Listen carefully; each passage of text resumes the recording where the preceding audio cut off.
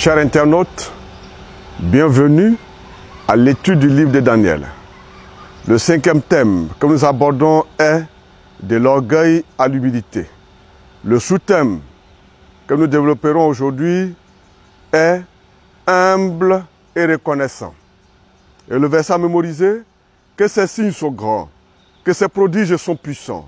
Son règne est un règne éternel et sa domination subsiste de génération en génération. Daniel, le chapitre 4, le verset 3. Débutons ce thème par une question. Le roi repenti déclare: tous les habitants de la terre ne sont à ses yeux que néants. Daniel, le chapitre 4, le verset 35. Compte tenu du contexte, quel point important soulève-t-il? Comment savons-nous que Nebuchadnezzar accepte véritablement le vrai Dieu?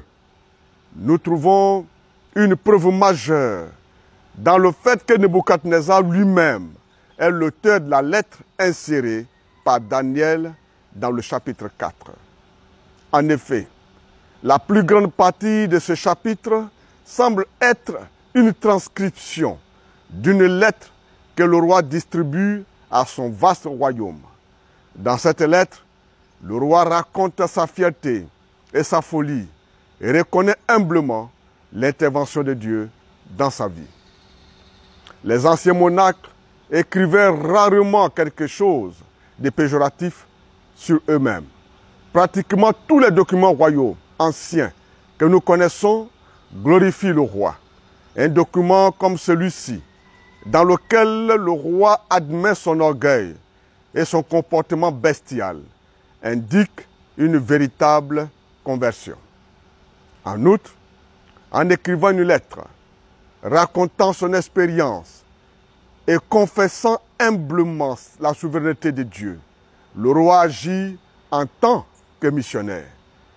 Il ne peut plus garder secret ce qu'il a vécu et appris du vrai Dieu. Ce que nous avons vu ici, alors, dans la prière et la louange du roi, dans Daniel le chapitre 4, du verset 34 au verset 37, révèle la réalité de son expérience. Le roi a maintenant un ensemble différent de valeurs et peut reconnaître les limites du pouvoir humain.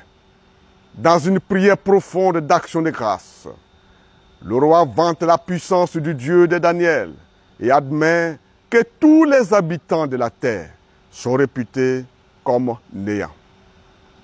Daniel le chapitre 4, le verset 35. C'est-à-dire que les humains n'ont rien d'eux-mêmes à se vanter.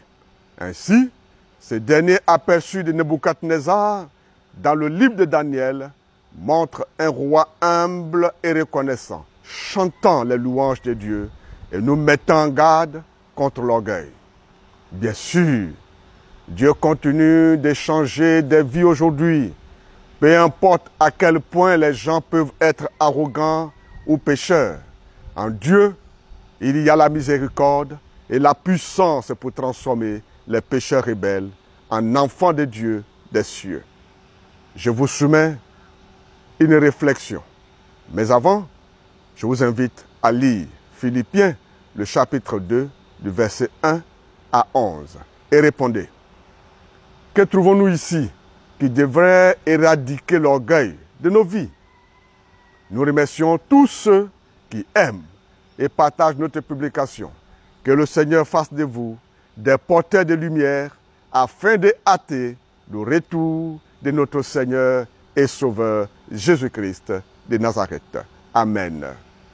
Si vous êtes intéressé par nos cours bibliques sur le livre de Daniel ou de l'Apocalypse, appelez-nous ou écrivez-nous à cette adresse qui s'affiche au bas de votre écran.